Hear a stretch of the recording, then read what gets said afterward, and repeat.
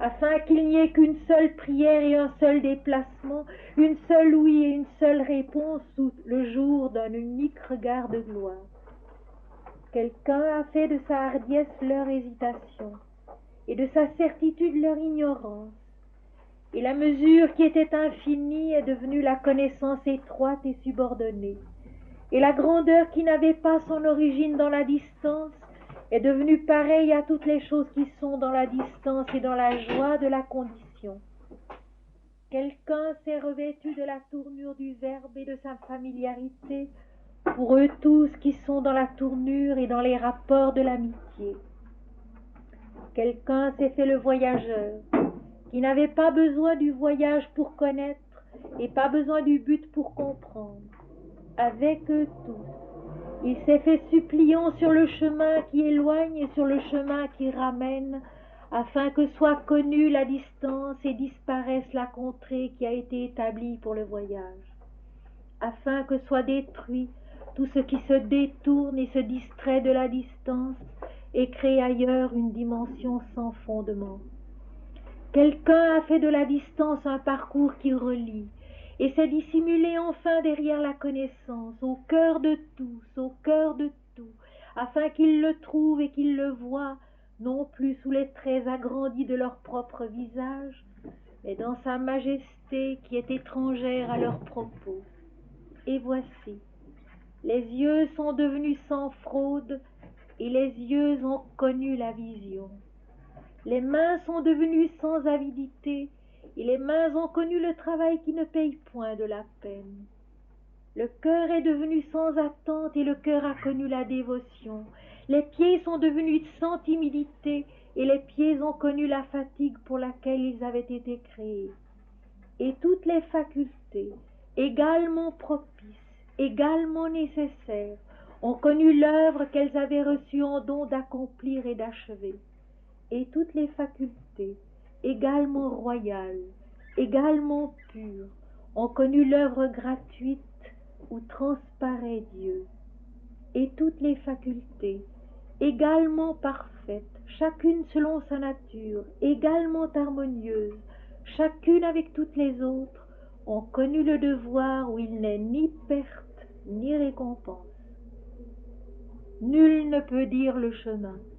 Seul celui qui est devenu le chemin peut le donner et le reparcourir avec la même peine, avec le même amour, interminablement, pour ceux qui sont en son commencement. Telle est la grâce, telle est la gloire et telle est la sagesse. Et celui en qui elles descendent ne peut plus les oublier. Mais il oublie cela tout entier, qui donne du prix à l'existence de qui a choisi la mort pour bénéfice à ses travaux.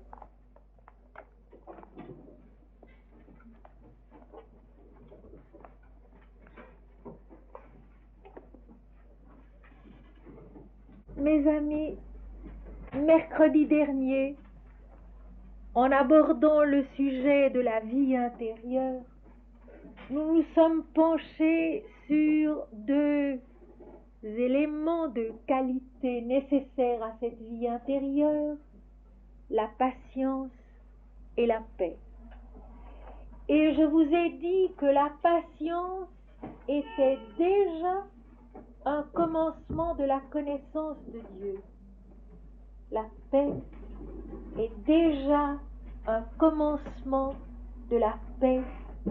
La paix est déjà un commencement de la connaissance de Dieu. Aujourd'hui, je vais vous parler de la force et de la joie. Deux éléments également importants, indispensables à qui veut se mettre à parcourir ce chemin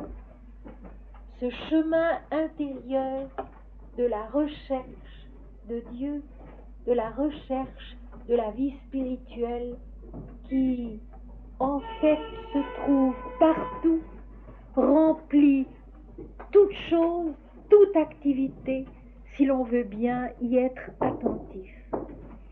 Et pour analyser ce qu'est la force dans la vie intérieure, la force dans la recherche spirituelle. J'ai choisi de me baser sur le psaume 1. Les psaumes sont des poèmes, la plupart écrits par le roi David. Le premier n'est pas écrit par le roi David. C'est un psaume anonyme qui probablement était déjà dans le rituel traditionnel de la piété juive avant le roi David. La force dans la recherche spirituelle. De quelle force s'agit-il? Eh bien, nous allons l'entendre expliquer de façon merveilleuse dans ce premier psaume. Heureux l'homme qui ne marche pas selon le conseil des méchants, qui ne s'arrête pas sur la voie des pécheurs et qui ne s'assied pas en compagnie des moqueurs, mais qui trouve son plaisir dans la loi de l'Éternel et qui la médite jour et nuit. Heureux l'homme. Le premier psaume commence par ce mot si valable de la vie spirituelle, heureux. Ce n'est pas pour rien, mes amis, que les saints, que les sages ont reçu le nom de bienheureux. Et que dans l'Inde, Bhagavan, qui est le nom du Seigneur, veut dire le bienheureux. Heureux l'homme. La vie spirituelle est un bonheur. Ceci, on n'y pense pas souvent. La vie spirituelle est souvent devenue une série de défenses, une sorte de contrainte, une ascèse qui interdit ceci, interdit cela, à tel point qu'on en oublie, et on me l'a dit, qu'on en oublie que la recherche spirituelle est un bonheur. Je dirais même le seul vrai bonheur ici-bas, le bonheur qui ne déçoive jamais. Quelqu'un avec une grande naïveté m'a dit il n'y a pas si longtemps, mais j'ai réalisé enfin que la vie spirituelle, ça pouvait être quelque chose d'heureux. C'est vrai qu'on en a souvent fait quelque chose de sévère, quelque chose de presque douloureux, alors qu'il s'agit de l'épanouissement de l'homme entier, de l'épanouissement de l'homme dans sa véritable nature qui est Dieu. La mort à soi dont parlent toujours les textes est une mort au petit moi, au profit du moi qui est la plénitude de notre être, la plénitude de nos facultés, la plénitude de notre beauté. Car la vie spirituelle est belle, elle est heureuse, elle est belle, elle est bonne, elle est joyeuse, elle est paisible, elle est patiente, elle est forte. De quelle force? Et voici qu'à cette première ligne du psaume premier, je trouve de nouveau mon cher verbe marcher. Heureux l'homme qui marche, qui ne marche pas selon le conseil des méchants. La marche, tout au long de la Bible, fait vraiment penser à ces longs parcours que font à pied encore de nos jours les sannyasines de l'Inde. Les sages de l'Inde qui traversent leur pays qui est immense à pied avec un bâton et une sébille, en répétant le nom de Dieu, en s'asseyant le soir sous de beaux arbres pour parler de Dieu à la foule qui se réunit autour d'eux. La vie spirituelle est une marche, une démarche intérieure qui a une certaine direction, une direction qui va vers la lumière, vers la paix, vers la patience, vers la joie, ici, vers la force. Heureux l'homme qui ne marche pas selon le conseil des méchants, qui ne s'arrête pas sur la voie des pécheurs et qui ne s'assied pas en compagnie des moqueurs. Nous avons donc quelques éléments importants ici, la marche, les méchants et les pécheurs, le fait de s'asseoir auprès des moqueurs. Et vous savez désormais que lorsqu'avec vous je me penche sur un texte biblique ou sur un texte védique ou upanishadique, je dépersonnalise toujours les personnages dont il est question. J'aimerais une fois de plus vous dire que tous les personnages qui sont dans les textes sacrés dans la Bible sont en nous.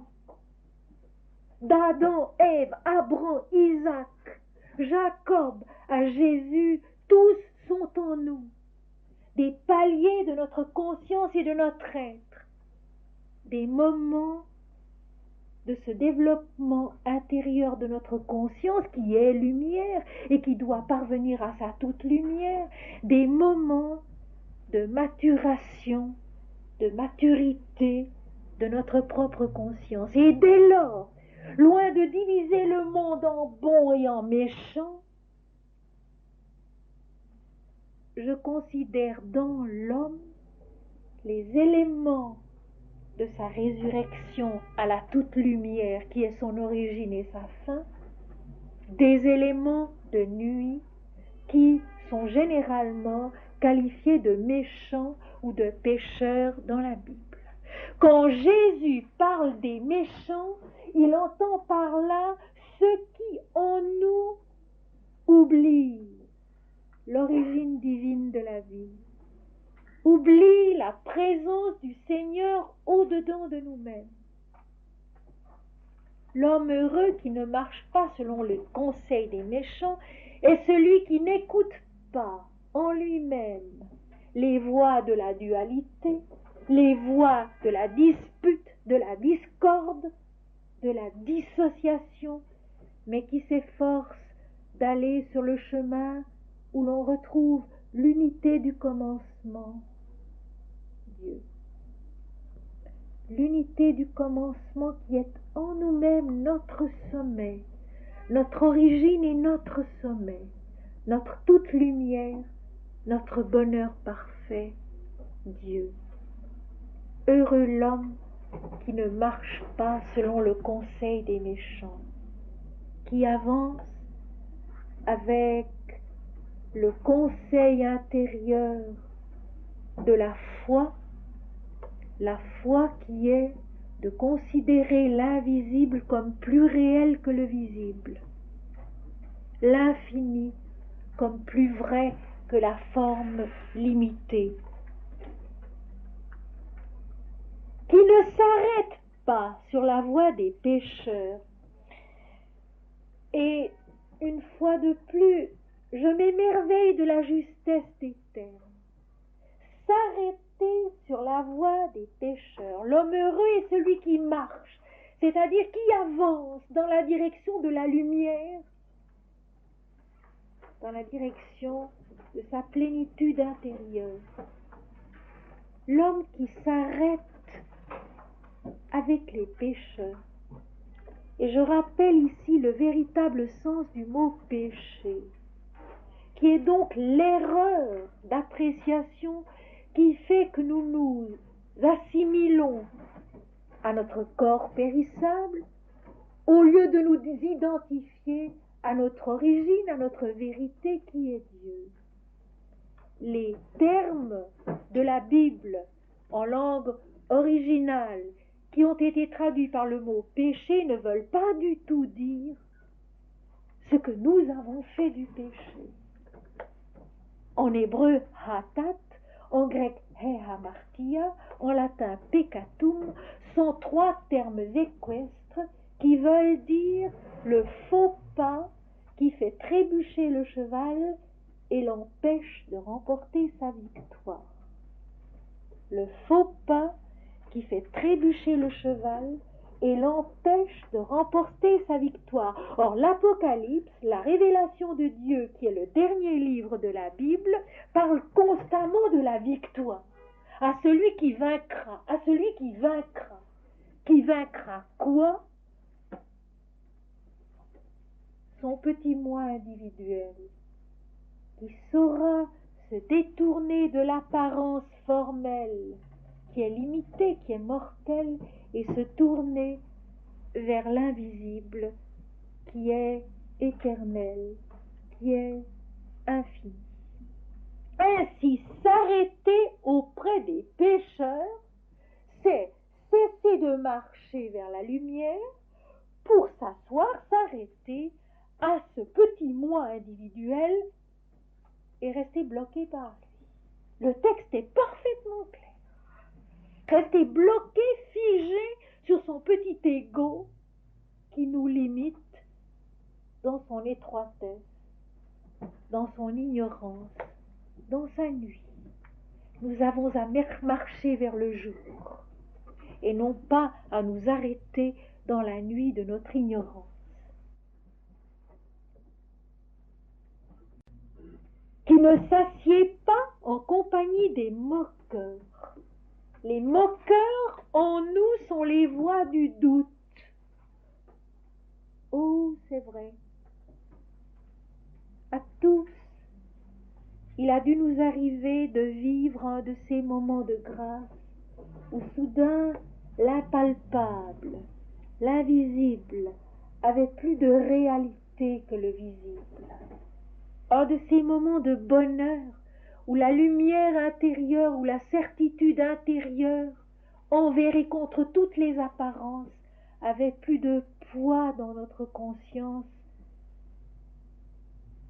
que le concret, que le visible. Mais nous savons bien qu'une fois ce moment exceptionnel passé, tout vient démentir ce que nous avons éprouvé à ce moment-là. Et alors nous sommes la proie de la moquerie qui est au fond de nous, du doute, qui ne s'assied pas auprès des moqueurs.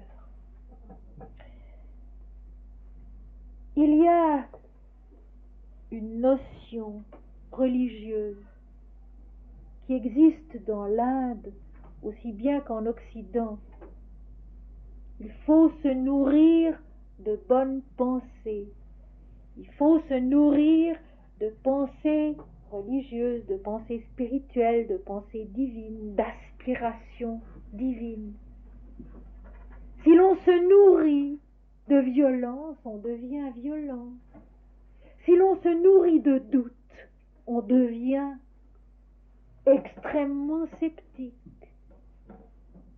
Si les spectacles que l'on regarde, les livres que l'on lit, les auditions auxquelles on assiste, nous parlent de violence, d'horreur, de l'homme dans ce qu'il a de noir et d'ignorant et de sombre, peu à peu nous sommes nourris par cela. Et à notre insu, nous descendons sur les degrés de la conscience qui va vers sa nuit, vers sa propre négation. Alors qu'au contraire, si nous nous abreuvons, si nous nous nourrissons de chants spirituels, de pensées divines, d'aspirations supérieures, notre conscience s'éclaire, notre intelligence se développe et nous dépassons les paliers de certains doutes. Il faut passer par le doute pour connaître le prix de la certitude, c'est vrai. Mais il ne faut pas se complaire dans le doute. Heureux l'homme qui ne s'assied pas auprès des moqueurs. Vous voyez, les mots, et ce n'est qu'une traduction, mais les mots employés ont une valeur, un poids spirituel extraordinaire. C'est ça la valeur des textes sacrés. Ils ne sont ni écrits au hasard, ni écrits avec un souci littéraire.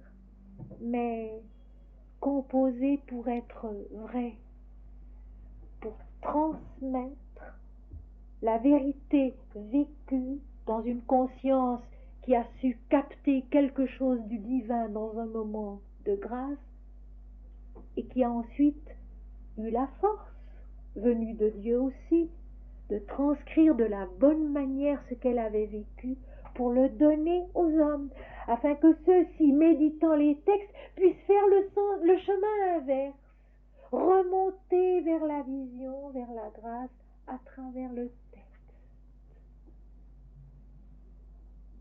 Tout texte, dans une certaine mesure, nous amène à ce qu'il a inspiré. Voilà pourquoi il est important de se nourrir de textes qui ont été hautement inspirés et non pas bassement inspirés.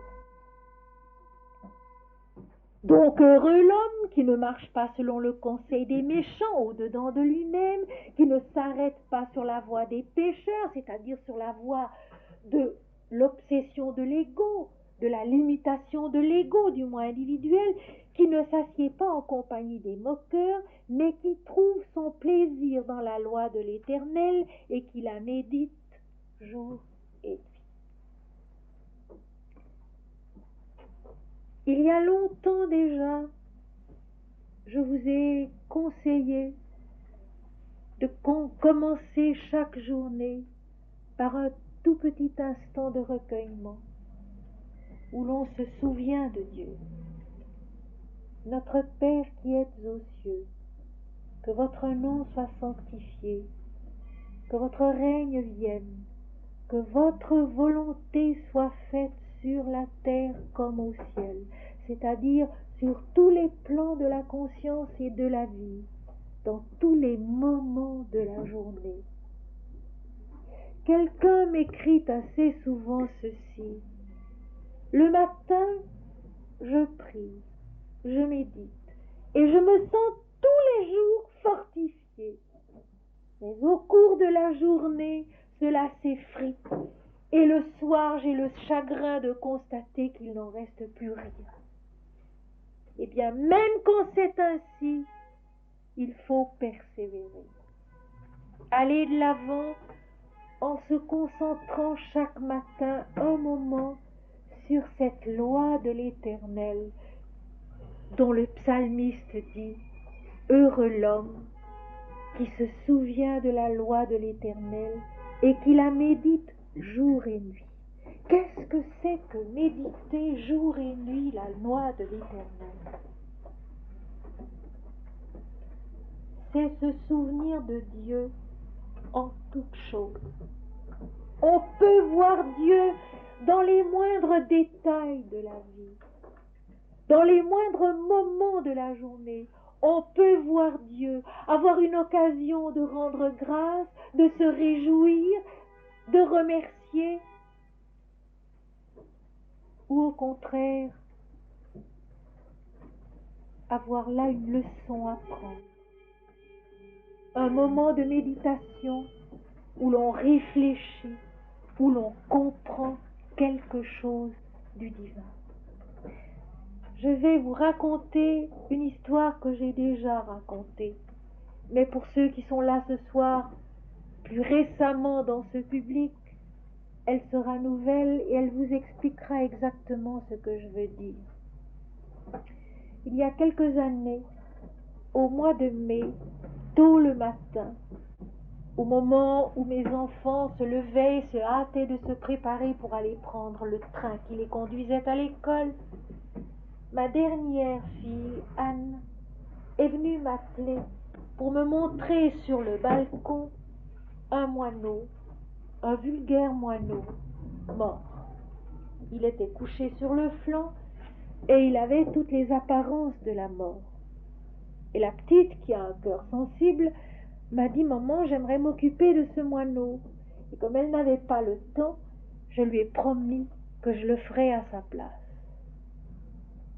Au bout d'un moment, ma fille revient auprès de moi et me dit « Mais maman, l'oiseau n'est pas mort, il est debout. » Mais il était l'heure pour elle de partir. Je lui ai dit « Pars Je te promets que je m'occuperai de ton petit moineau et que je te raconterai à midi ce qui s'est passé. » Or, en effet, le moineau qui était couché sur le flanc s'était redressé.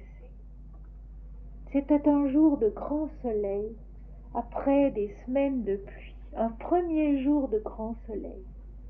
Et ce moineau avait une rigidité extraordinaire.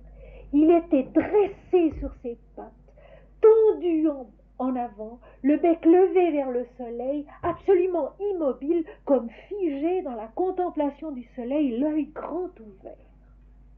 Il est resté ainsi certainement un bon quart d'heure, sinon davantage. Et puis, il a versé, il est retombé sur le flanc, il était réellement mort. Je l'ai pris dans ma main, je l'ai regardé, il n'avait pas de blessure, il était mort, probablement de quelque chose, d'une lésion interne. Il était mort comme un yogin en fixant le soleil. Il était mort comme un yogin en fixant le soleil. Déjà frappé à mort, il s'était redressé sous une impulsion qui venait du fond de la création qui cherche le soleil. Il s'était dressé, il avait fixé le soleil et il était parti ainsi. Une leçon donnée par un vulgaire moineau. Et il y en a beaucoup d'autres de ces leçons. Si on veut essayer de voir, si on veut essayer d'être attentif, et voilà ce que c'est que méditer la loi de l'Éternel jour et nuit, c'est être constamment attentif à ce qui est spirituel au travers de tous les éléments et de tous les événements de la vie. La vie se charge alors d'une force extraordinaire, d'une force qui nous transfigure pas à pas, d'une force qui nous porte, qui nous pousse en avant et qui nous fait grandir en esprit. Quand nous allons dans nos journées, le pas lourd, la tête basse, pensant à nos soucis et à nous-mêmes, peu à peu, nous diminuons, nous devenons plus petits, plus réduits, plus restreints. Si nous nous efforçons au contraire de voir Dieu, l'Esprit, en tout ce qui est, en tout ce qui passe, nous grandissons pas à pas, nous sommes attentifs jour et nuit à la loi de l'Éternel dans la vie, à la loi de l'Éternel au-dedans de nous. Et je voudrais ici citer une parole du Mahabharata, ce vieux poème hindou, parole de Surya, le dieu soleil, qui dit à la jeune princesse Kunti qu'il visite un matin: « Je suis le Créateur et ma volonté c'est que toutes mes créatures soient heureuses.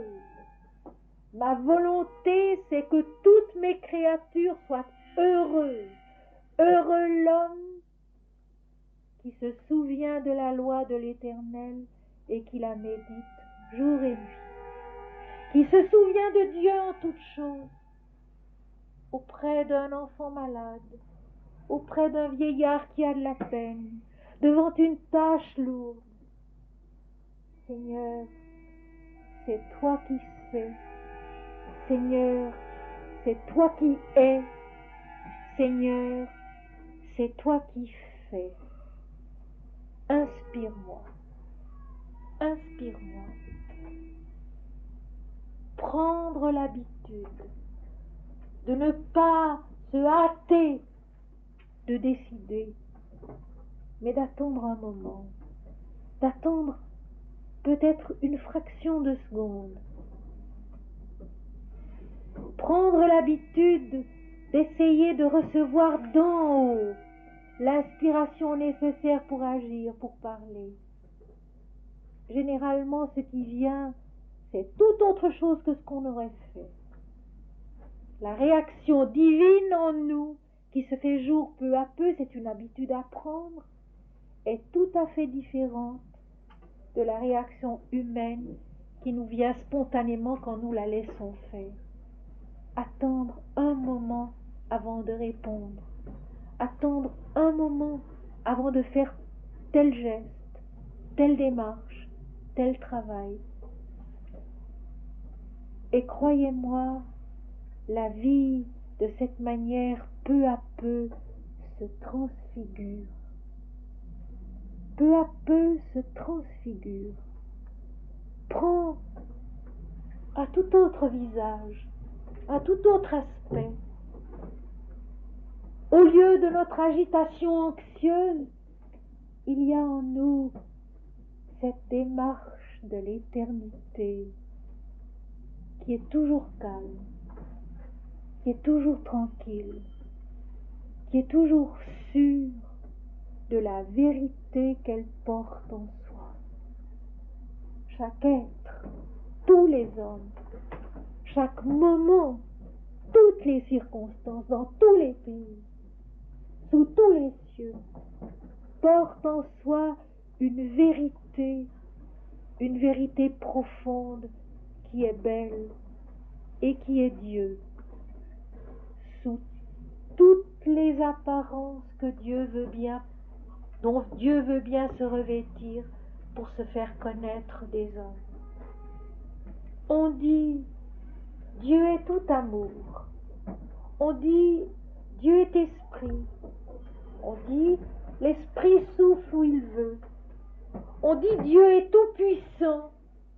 Il est le Seigneur, le tout puissant, le souverain, l'alpha et l'oméga. Et puis, on pense que certains êtres seraient condamnés. On pense que certaines choses pourraient être hors de Dieu, hors de lui.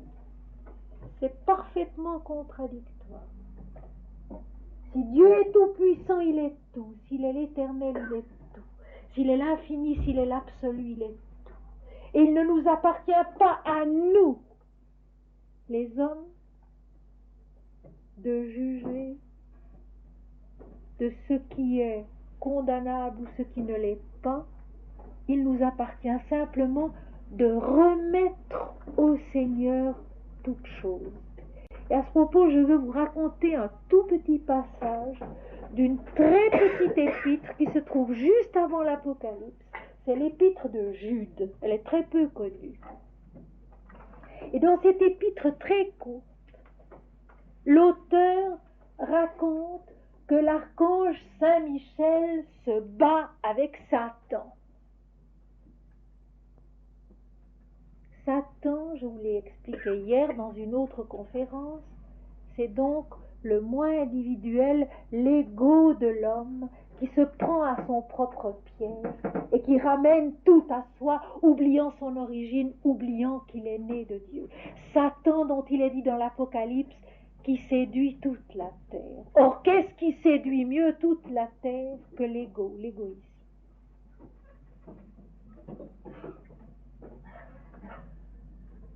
L'archange Saint Michel se bat avec Satan, donc avec cet ego, ce moi individuel qui se croit le centre du monde. Et l'archange Saint Michel triomphe de Satan.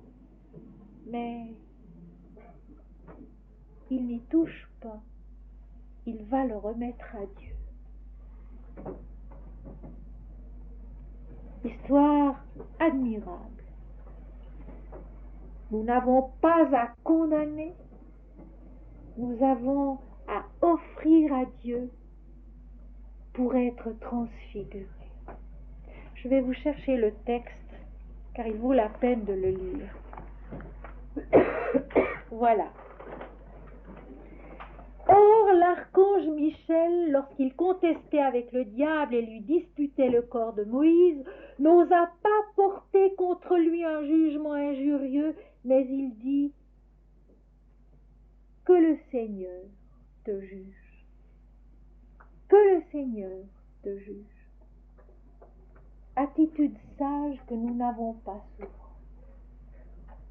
Nous jugeons, nous condamnons, alors qu'il s'agit simplement d'offrir à Dieu. Seigneur, tu le sais, transfigure ce que moi je ne peux pas transformer. Et d'offrir à Dieu ainsi toute chose fait que finalement l'homme lui-même est tout entier transfiguré. Heureux l'homme qui se souvient de la loi de l'Éternel et qui la médite jour et nuit, qui fait de son existence pas à pas une offrande au Seigneur, créateur de toutes choses. Il est comme un arbre planté près d'un courant d'eau, qui donne son fruit en sa saison et dont le feuillage ne se flétrit point. Tout ce qu'il fait lui réussit. Ceci aussi vaut la peine d'être bien interrogé et bien compris. Il est comme un arbre planté près d'un courant d'eau. Il est donc fécondé. Il est donc fort. Un arbre fort, nourri par un courant d'eau et qui donne son feuillage en sa saison. Nous retrouvons ici la patience de l'autrefois. Il ne va pas donner son feuillage n'importe quand ou tout le temps.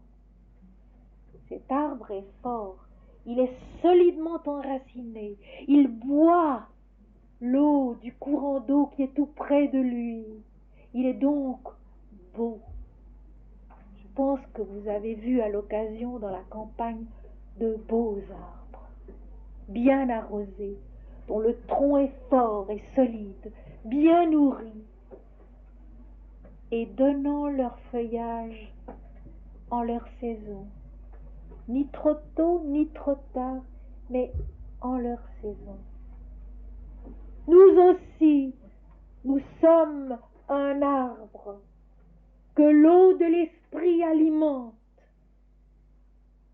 et qui est capable de donner son feuillage et son fruit en sa saison, quand il se nourrit convenablement de la nourriture qui lui convient. Toujours cette image de la fécondité, toujours cette image de la croissance, de la floraison. La vie est une croissance perpétuelle. La vie est un travail perpétuel qui se nourrit de l'esprit et qui doit s'épanouir, s'accomplir dans l'esprit. Il donne donc son feuillage qui ne se flétrit point, un feuillage durable qui a une valeur plus grande que celle de la forme. Tout ce qu'il fait lui réussit. Pourquoi et comment? On dit dans l'Inde que ce que disent les sages s'accomplit toujours. Et on y voit facilement une sorte de miracle, de cas exceptionnel, alors que ce n'est pas le cas. Il faut bien comprendre ce genre de choses. Tout ce qu'il fait lui réussit. Tout ce que dit le sage s'accomplit. Pourquoi? Parce que ce que dit le sage est conforme à la vérité. Et que par conséquent, étant la vérité, cela s'accomplit. Ce n'est pas une chose exceptionnelle, c'est au contraire quelque chose qui est conforme à la loi de l'Éternel. L'homme croit si souvent que la vie spirituelle, que la vie religieuse, que la force qu'on en retire est quelque chose d'extraordinaire, même d'extravagant, d'exceptionnel, alors que c'est tout simplement l'éclosion des facultés qui sont en nous tous et en chacun, à l'heure qui est notre saison, à chacun d'entre nous, conformément à la vérité, conformément à la loi de l'Éternel. Tout ce qu'il fait lui réussit. Non pas parce qu'il est exceptionnellement prudent, non pas parce qu'il est exceptionnellement bon calculateur, mais parce qu'il est vrai.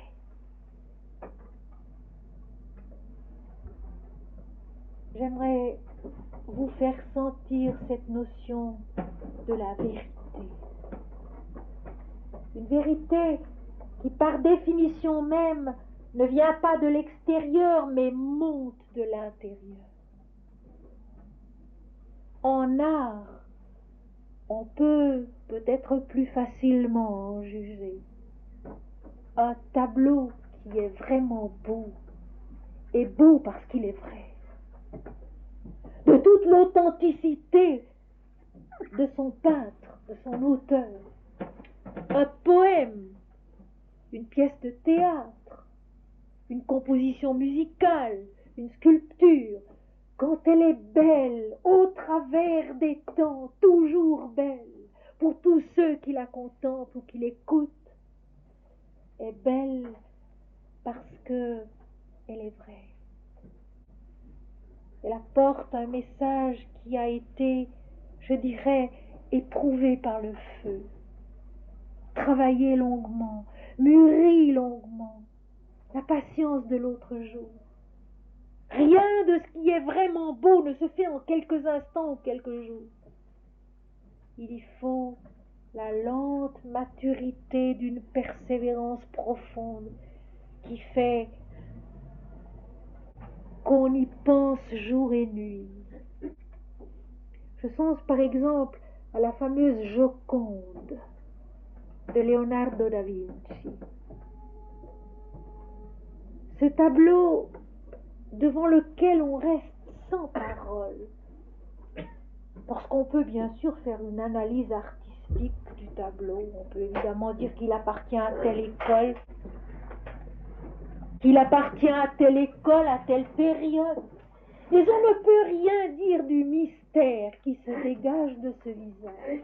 Or, Leonardo da Vinci, pendant des années, transportait ce tableau avec lui dans tous ses voyages. Il l'avait toujours sur un chevalet près de lui, dans une église qu'il devait décorer, dans un palais dont il devait peindre les fresques. Et s'il avait un moment, il revenait auprès de sa Joconde. Il y faisait peut-être un trait. Il y effaçait peut-être une ombre, une nuance. Au long de nombreuses années, ce tableau a été pour lui comme une méditation, un vrai yoga, une perfection qu'il portait en lui et qu'il s'efforçait de reproduire le mieux possible dans ce tableau. La vie spirituelle, ça n'est pas autre chose.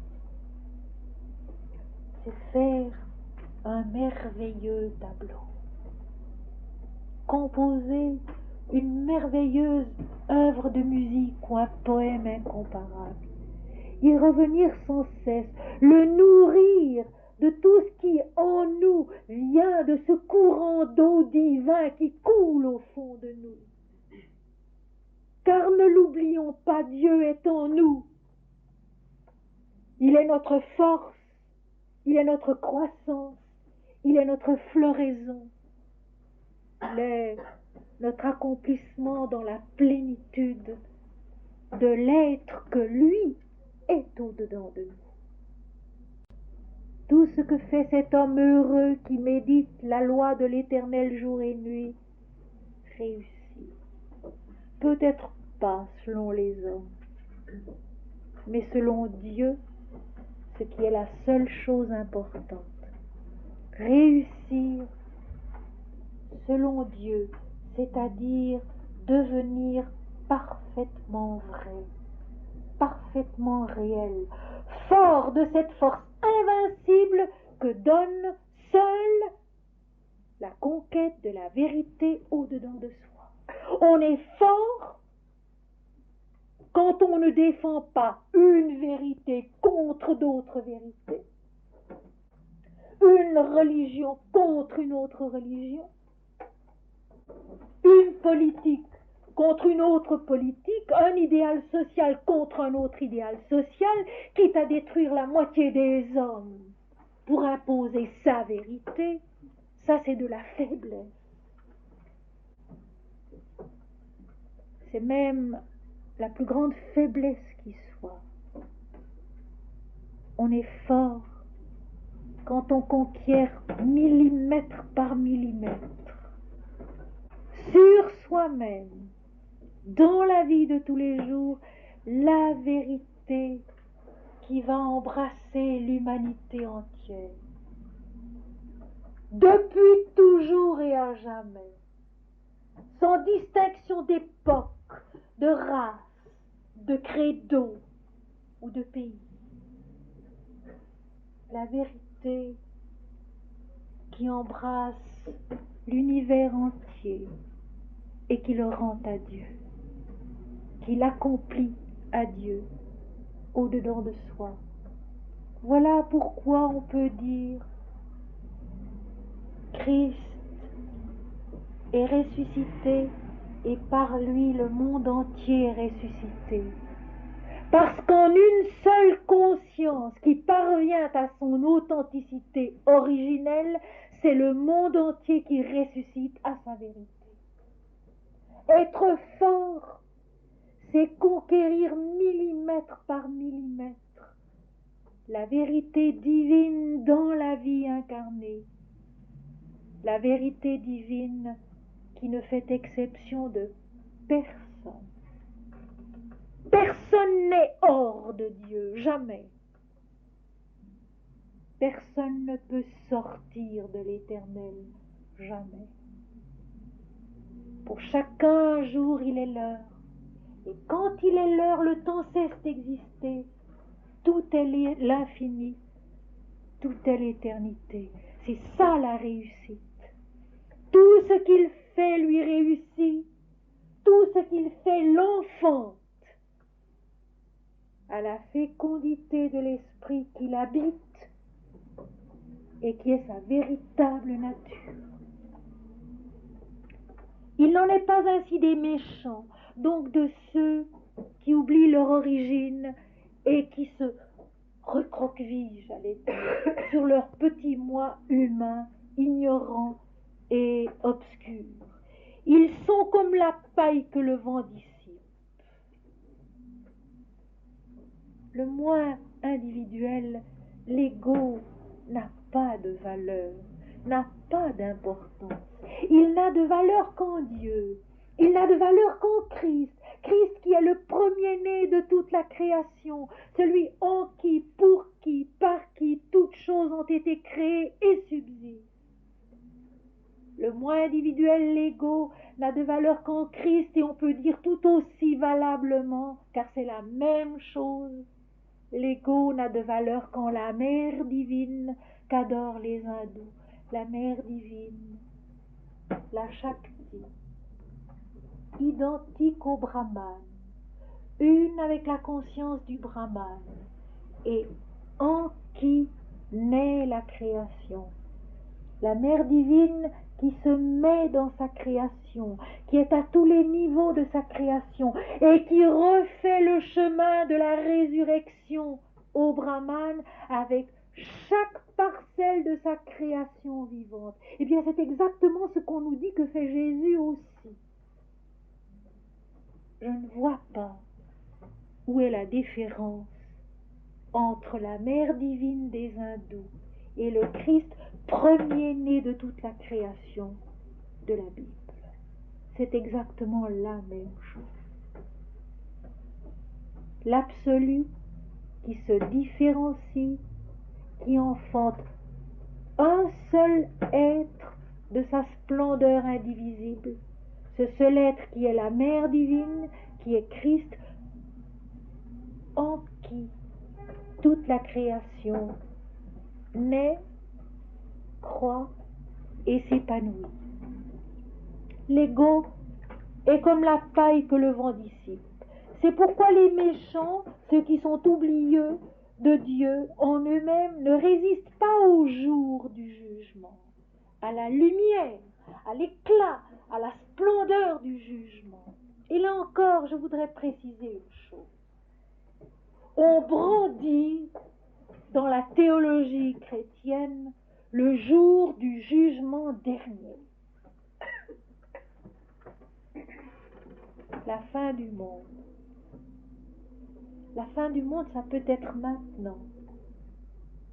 Aujourd'hui, en cet instant, en quelques-uns d'entre nous. La fin du monde, c'est la fin de l'attrait du monde en nous.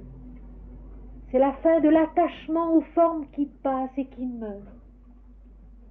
C'est la fin de cette obsession du moi individuel auquel nous ramenons tout si longuement. La fin du monde, c'est la naissance à Dieu. Et le jugement dernier, c'est justement cette ultime discrimination du Seigneur en nous-mêmes, que Dieu accomplit en nous et qui nous enfante à l'absolu. Voilà ce que c'est le jugement dernier. Le jugement dernier, c'est ce dernier palier de la conscience qui monte à Dieu, qui est tout près de rentrer dans l'unité de l'absolu lumineux. Ce dernier jugement où l'Éternel met devant nous une porte ouverte que nul ne fermera. Et cette dernière phrase, ceux qui m'ont entendu hier le savent, n'est pas de moi, mais elle est tirée de la 6e lettre de l'Apocalypse. À celui qui vaincra, je mettrai devant lui une porte ouverte que nul ne fermera. Et ici, mes amis, puisque vous le connaissez, puisqu'on en parle, puisque vous avez tout près l'ashram de Gretz, il faut rappeler Ramakrishna. Sri Ramakrishna Paramahamsa, le signe suprême, qui pendant des années a médité, a adoré la mère divine, à laquelle il a consacré toutes les forces de son être, de son amour, de son intelligence. Mais il désirait conquérir la connaissance de l'absolu, et il savait que pour cela, il devait même aller au-delà de la mère divine. La mère divine était bien le chemin, c'était par elle qu'il fallait passer pour arriver à l'absolu, c'est sûr.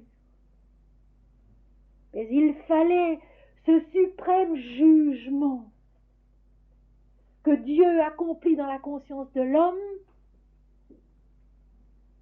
pour que soudain la porte qui sépare le fini de l'infini, non pas même soit ouverte, mais ne soit plus. Je mettrai devant lui une porte ouverte. La porte n'est plus. Et vous connaissez peut-être le récit. Ramakrishna méditant, désespéré, pleurant souvent, est visité enfin par le sage Totapuri, qui lui a planté un caillou entre les deux sourcils et lui a dit « Concentre-toi là !» Et Ramakrishna, qui s'est concentré, qui immédiatement a vu sa bien-aimée mère divine et qui alors a eu la force, avec son entendement divin, avec son jugement dernier, son jugement suprême, de trancher la mer qui s'est évanouie. Et il a plongé dans l'absolu lumineux. Ce ne sont pas des textes que je rapproche, ce sont des faits spirituels que je confronte et qui s'assimilent d'eux-mêmes. Je mettrai devant toi une porte ouverte que nul ne fermera. Quand la conscience incarnée a gravi les 7 échelons de sa purification et de son accomplissement, elle arrive à ce niveau du jugement dernier où l'ego n'existe déjà plus et où l'adoration passionnée de Dieu seul, qui fait que l'homme s'identifie à Dieu seul, ne vit qu'en Dieu seul, à un moment donné, est elle-même tranchée par ce jugement dernier que Dieu accomplit en nous et qui nous enfante à l'absolu. Le chemin est le même dans la Bible. Il est à peine exprimé différemment que dans les textes de l'Inde. Le jour du jugement, c'est l'éclat de l'illumination, de la révélation, de l'accomplissement en Dieu. Ni les pécheurs dans l'assemblée des justes. L'assemblée des justes, ce sont toutes nos énergies que nous avons fortifiées par l'eau du courant d'eau, par la méditation jour et nuit de la loi de l'Éternel, et devant lesquelles les énergies négatives n'ont plus aucun poids, n'ont plus aucune force. Elles tombent de nous. Elles tombent de nous. C'est une chose qu'on peut constater. Lorsque pendant des années, on fait réellement un effort pour vivre spirituellement, pour dominer certaines impulsions que nous avons humainement, certaines tendances que nous avons, il arrive un moment où ces péchés, ou ces erreurs, ou ces faiblesses, si vous voulez, j'aime mieux le mot faiblesse, tombent de nous. Elles sont remplacées par une force qui est celle de Dieu en nous, une force de l'esprit. Car l'Éternel connaît la voie des justes, l'Éternel garde les énergies spirituelles que nous développons au-dedans de nous. Et la voie des pécheurs mène à la ruine, c'est-à-dire que l'erreur d'appréciation, le faux pas que nous commettons intérieurement, qui nous empêche de remporter la victoire, l'Éternel le connaît aussi, mais il le détruit.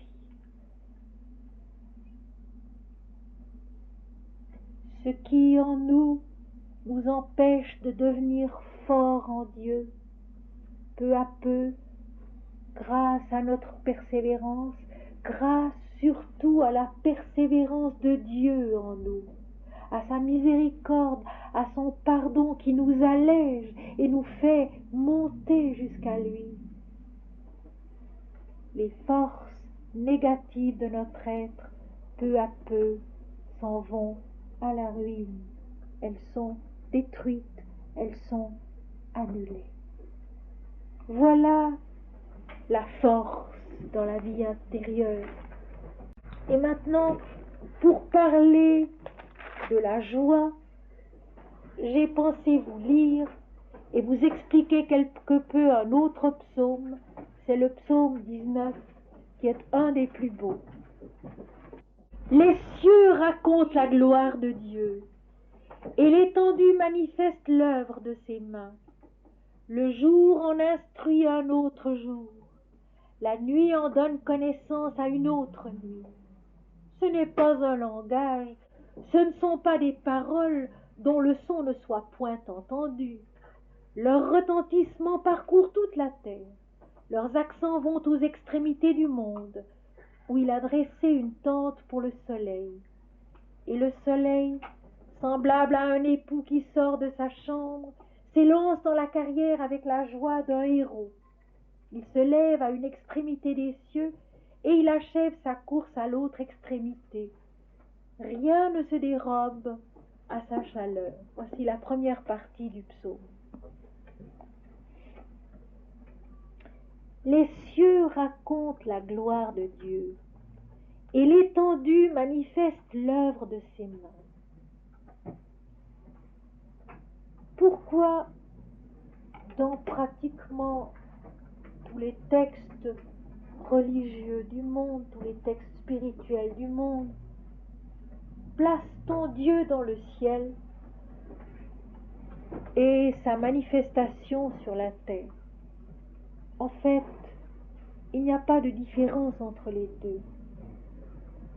Le ciel est sur la terre est dans les cieux. Mais Cela vient bien sûr d'un fait concret. C'est du ciel que nous vient la lumière, le soleil se lève, il monte dans le ciel. Le ciel, quand il est bleu, rayonne sur la terre, et la terre est remplie des formes de la création. De même, dans notre vie spirituelle, dans notre recherche intérieure, nous avons l'impression de monter, nous avons l'impression de nous élever vers la lumière, vers le ciel, alors qu'en réalité, la vie spirituelle, la recherche religieuse est une intériorisation. Elle n'a pas de direction, elle ne va pas ici plutôt que là, c'est un approfondissement, c'est une intériorisation dans laquelle les formes extérieures ont de moins en moins d'importance, ont de moins en moins de valeur pour nous. Un approfondissement, une intériorisation, le regard qui se tourne vers le dedans, vers l'intérieur, une création lumineuse et infinie. Mais le ciel reste, si vous voulez, le symbole ou le représentant de la lumière divine, alors qu'en réalité, cette lumière divine est en nous et qu'elle est à conquérir dans la vie terrestre, dans l'incarnation. Les cieux racontent la gloire de Dieu et l'étendue manifeste l'œuvre de ses mains. Tout a été fait par Dieu. Tout est créé par Dieu à chaque instant. Tout commence au-dedans de nous-mêmes à chaque instant, du haut de Dieu.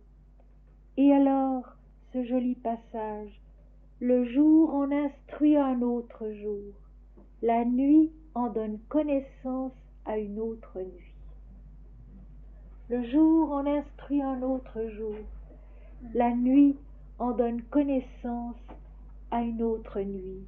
C'est comme si les moments de la vie se donnaient la main, se tendaient la main. Et il en est bien ainsi.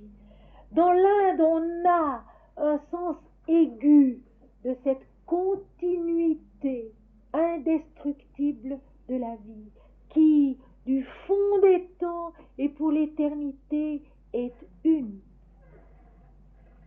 chose conduisant à une autre, une pensée conduisant à une autre pensée, croissance permanente, continue de la même vie. Le jour en instruit un autre jour, la nuit en donne connaissance à une autre nuit. Et on peut encore approfondir la compréhension de cette phrase. Le jour peut être un jour intérieur, une compréhension intérieure, un travail de notre intelligence. Et nous savons bien qu'une pensée, une compréhension en amène une autre.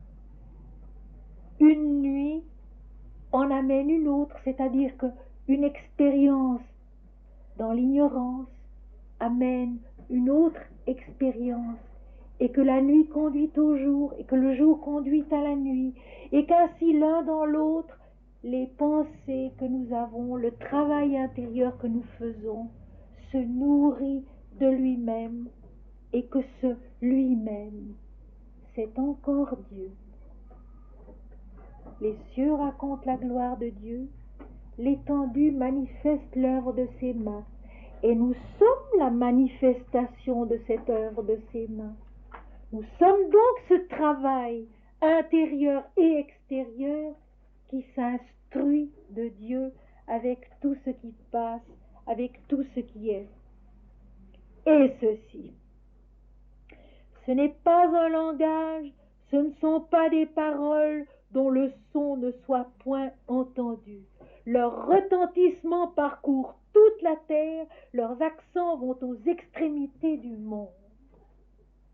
La vérité divine n'est pas un secret. Et ceci, on ne le dira jamais assez.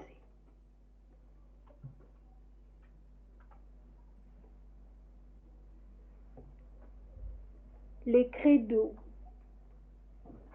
les théories spirituelles qui font de la connaissance de Dieu quelque chose de très compliqué, de très secret, à quoi on doit être initié dans des conditions très spéciales, ça c'est du travail humain. C'est du travail d'obscurité, d'ignorance. La vérité n'est pas un secret.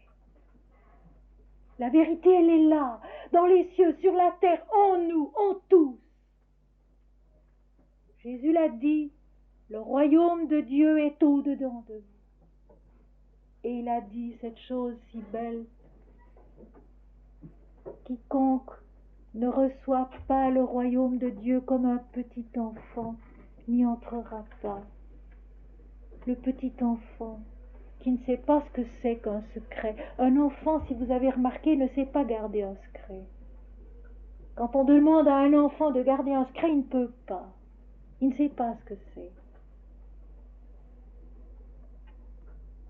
Si vous ne recevez le royaume de Dieu comme un petit enfant, vous n'y entrerez pas avec l'émerveillement de l'enfant.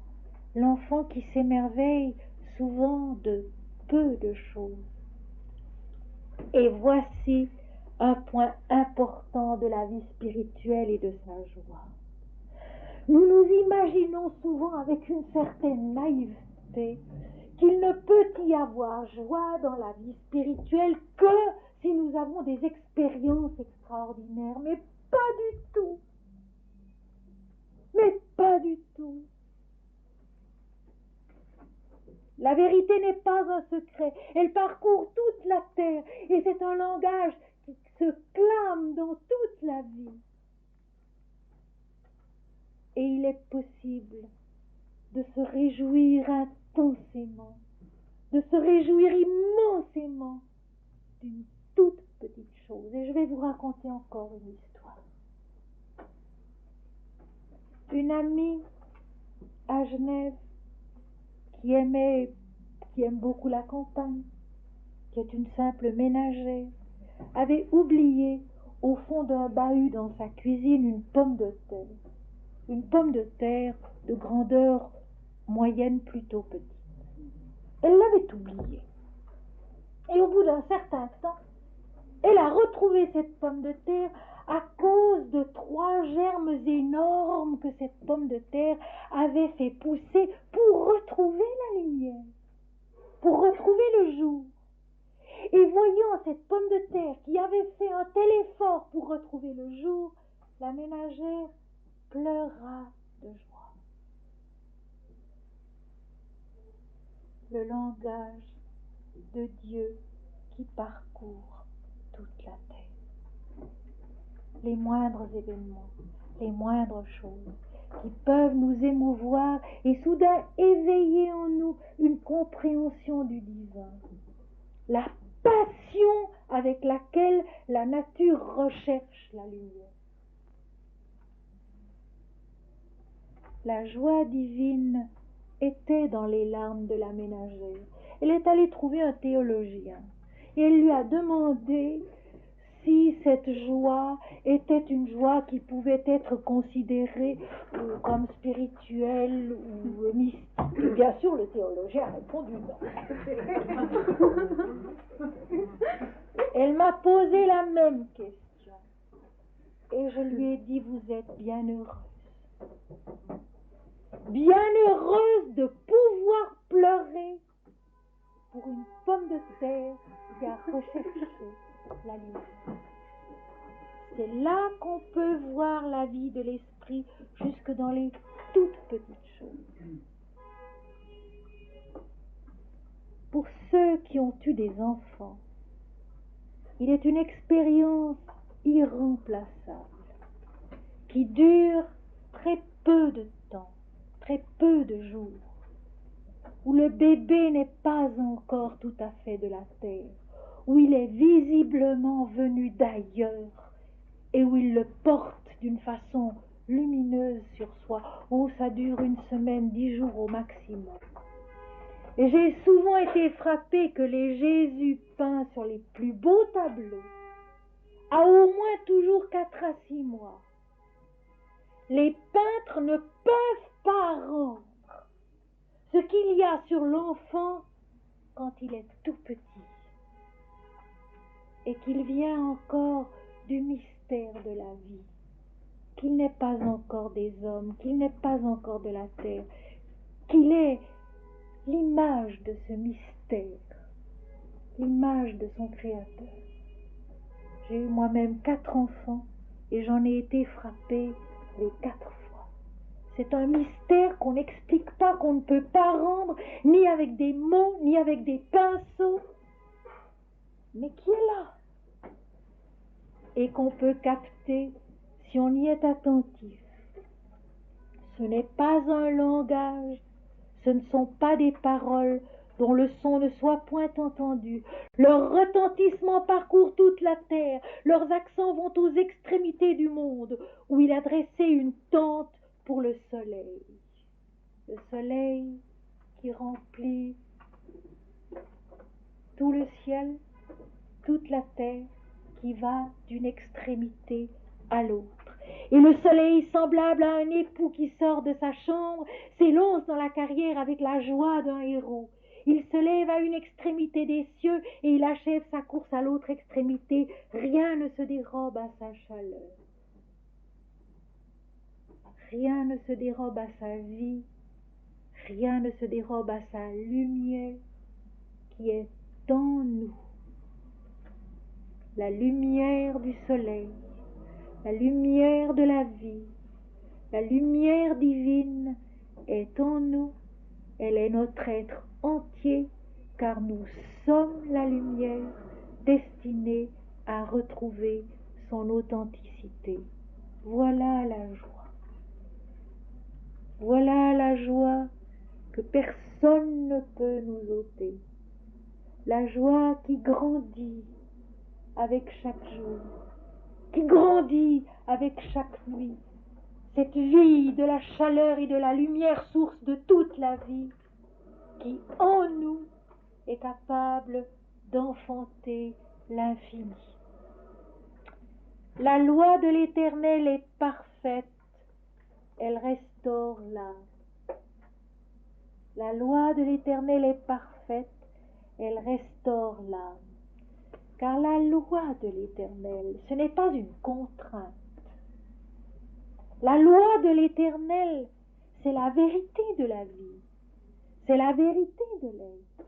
C'est l'authenticité de notre nature qui est faite pour se développer, pour croître, pour s'accomplir dans sa plénitude. La loi n'est pas une contrainte. La loi, elle est la vérité, elle est l'amour, elle est la beauté de la vie, elle restaure l'âme. Le témoignage de l'Éternel est véritable, il rend sage l'ignorant.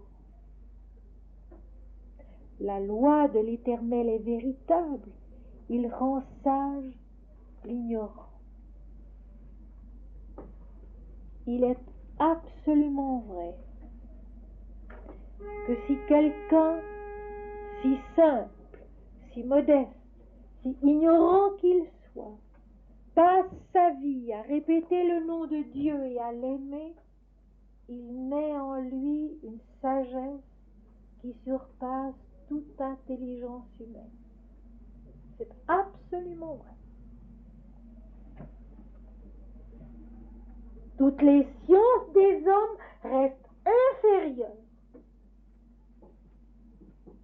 à cette connaissance qui peu à peu naît en l'homme, grandit en l'homme, se fortifie en l'homme par la répétition du nom de Dieu, par le respect de sa loi, qui est la vérité de l'être, la vérité de la vie. Les ordonnances de l'Éternel sont droites, elles réjouissent le cœur. Les ordonnances de l'Éternel sont droites, elles réjouissent le cœur. C'est vrai que le cœur ne peut pas se réjouir de quelque chose qui soit faux. Le cœur ne peut se réjouir que de ce qui est droit, de ce qui est vrai, de ce qui est propre, de ce qu'il peut vivre vraiment. car notre cœur ne peut pas mentir.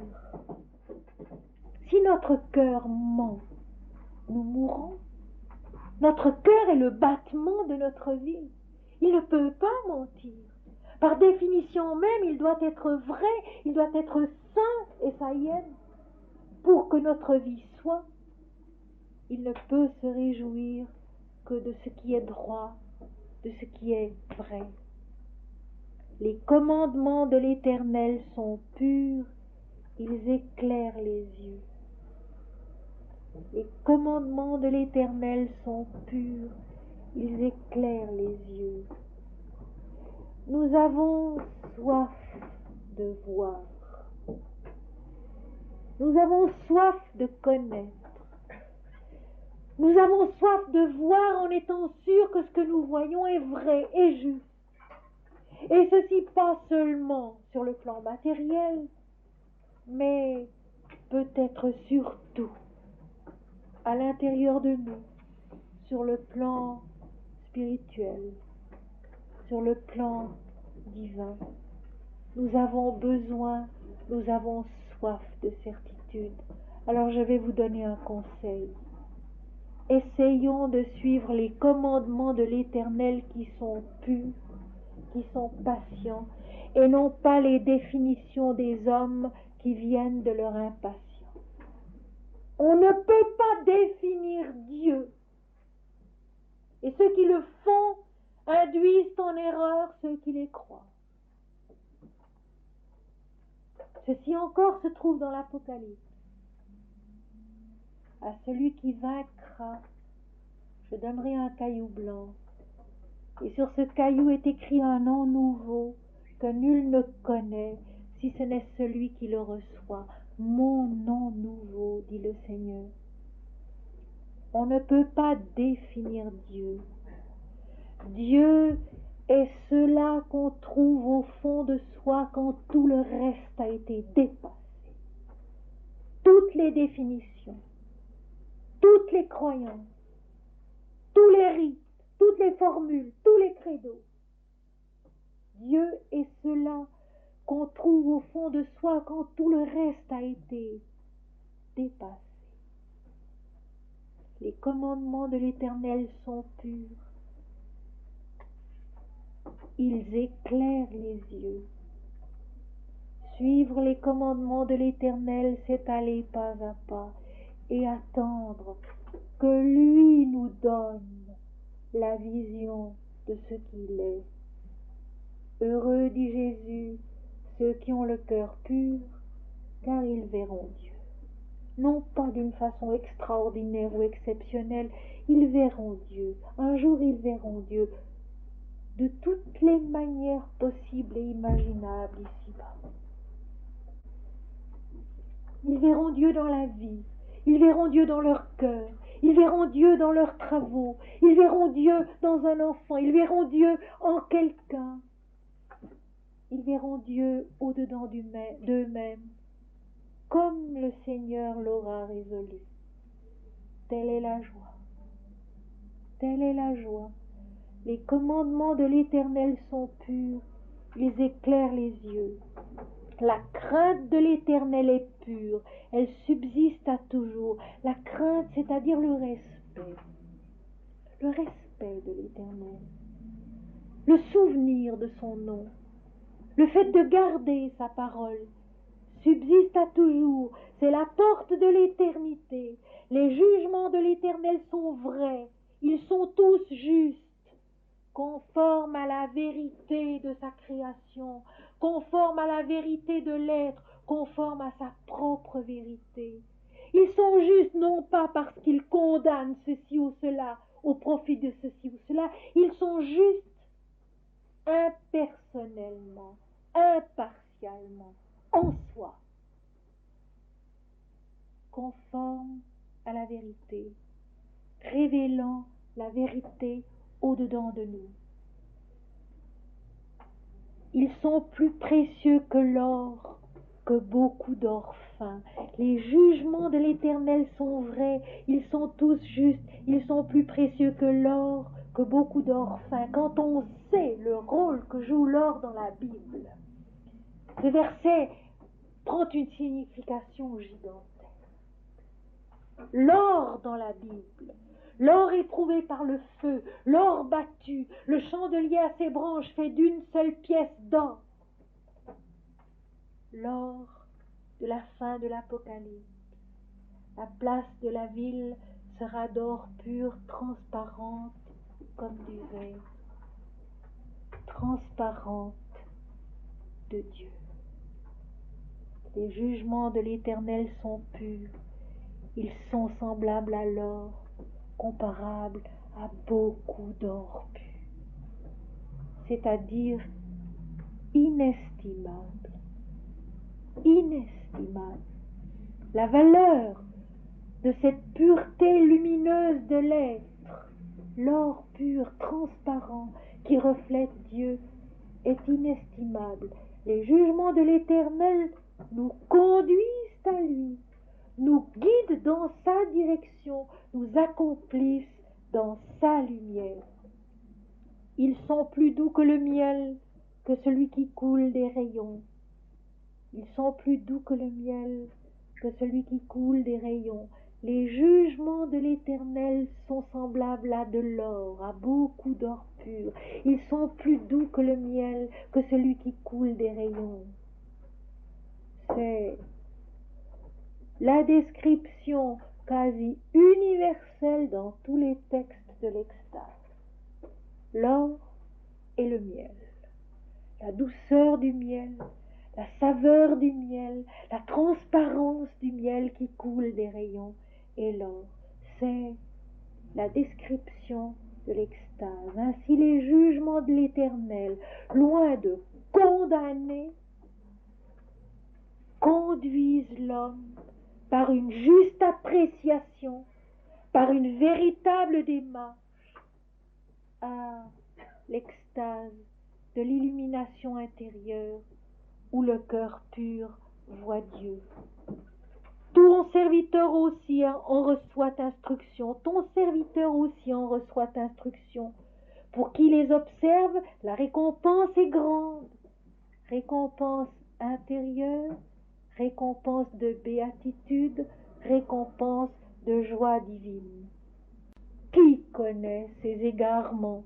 Pardonne-moi ceux que j'ignore, préserve aussi ton serviteur des orgueilleux, qu'il ne domine point sur moi. C'est assez inattendu, et c'est parfaitement logique. Le psalmiste a été emporté par son élan intérieur, emporté vers l'or de la révélation divine, vers la transparence où la conscience humaine reflète Dieu. Et puis soudain, devant l'immensité de l'imminence divine, cette imminence divine qui est en chacun de nous, je viens bientôt, cette imminence divine qui est là, qui nous attend, il pense à ses égarements, à ses erreurs, et il se dit qu'il connaît ses égarements.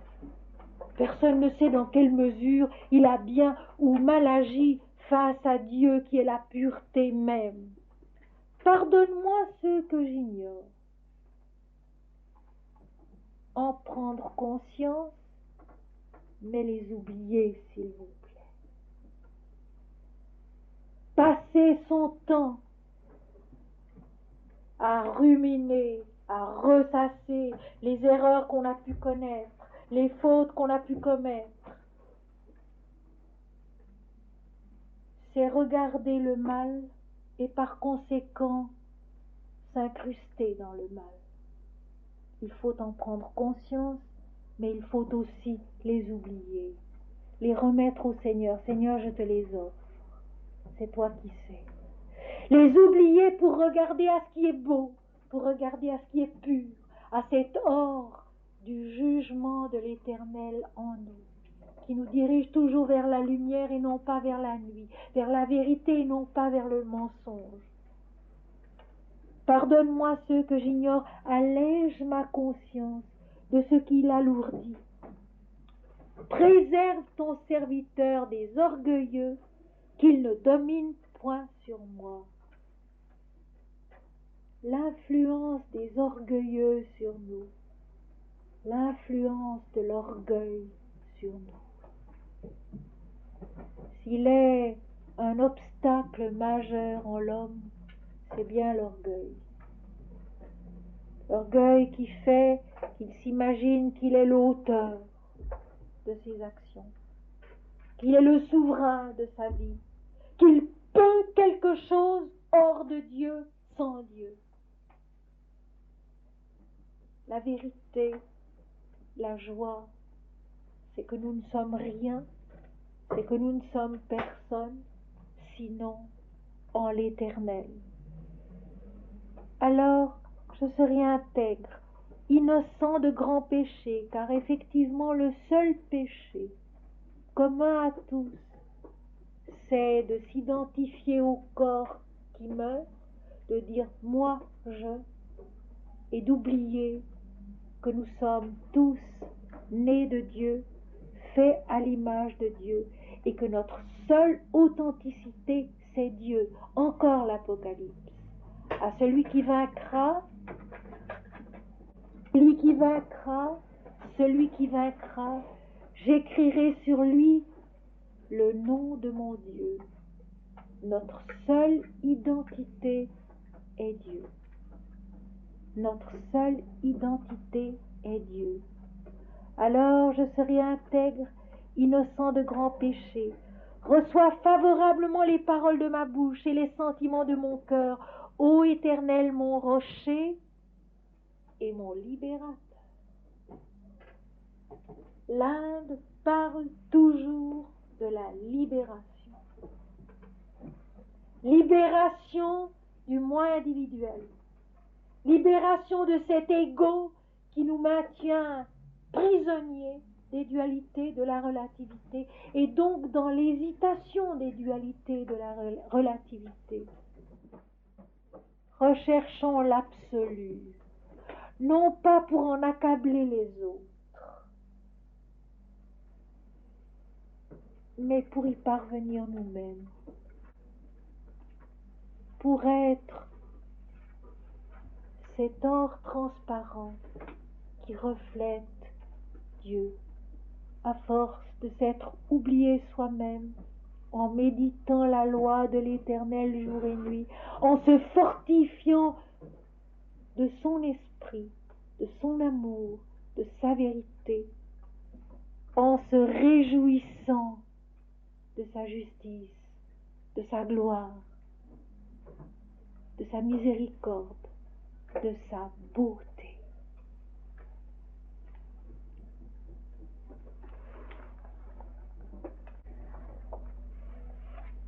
Dans mes deux mains je recueille le baiser bleu de la nuit, comme une invisible feuille se dépose dans un nid.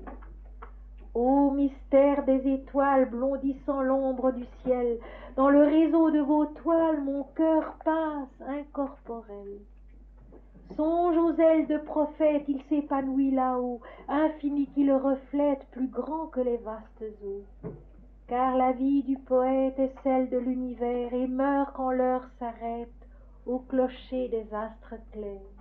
Coule, coule, jeune aurore, sur les chemins parsemés de diadèmes, d'amphores et d'autels transfigurés. Plus noble que la guitare qui berce les soirs d'été, une indicible fanfare module l'éternité. L'oubli surgira des ondes que les cieux toujours nouveaux roulent en multiples rondes sur d'impalpables tableaux. La suprême exactitude s'éveille là, sous l'air pur, triomphant de toute étude, merveilleuse dans l'azur. Des rayons comme des blés mûrs jouaient dans le vent des comètes. Le ciel était d'un argent pur et ses vallées s'ouvraient muettes. Les sources d'astres ruisselaient en chevelures enflammées, et lors d'innombrables reflets naissaient des ombres animées. Du seuil où la vie sommeillait montait à pensée triomphale, soleil sans limite et parfait, issu des hauteurs estivales. Pas un mot d'elle ne glissait jusqu'à mon front plein de lumière, Pas un soupir et pas un fait qui ressemble à une prière. Pas une image ne coulait de ses ondes sans effigie. Un firmament entier de lait berçait l'espace en sa magie. Fondu en elle, je voyais, tranquille au sommet du vertige, ta permanence déployait son inaltérable prodige. J'ai rouvert les yeux, et voici, ils ne savaient plus voir les choses, et dans tout ce qu'ils ont surpris, ils ont lu ton apothéose. Mon front s'est engagé si haut dans ta lumière, qu'il est la fleur aux pétales d'amour, buvant de ta clarté la vie et le mystère, d'où naît le feu d'un inlassable jour.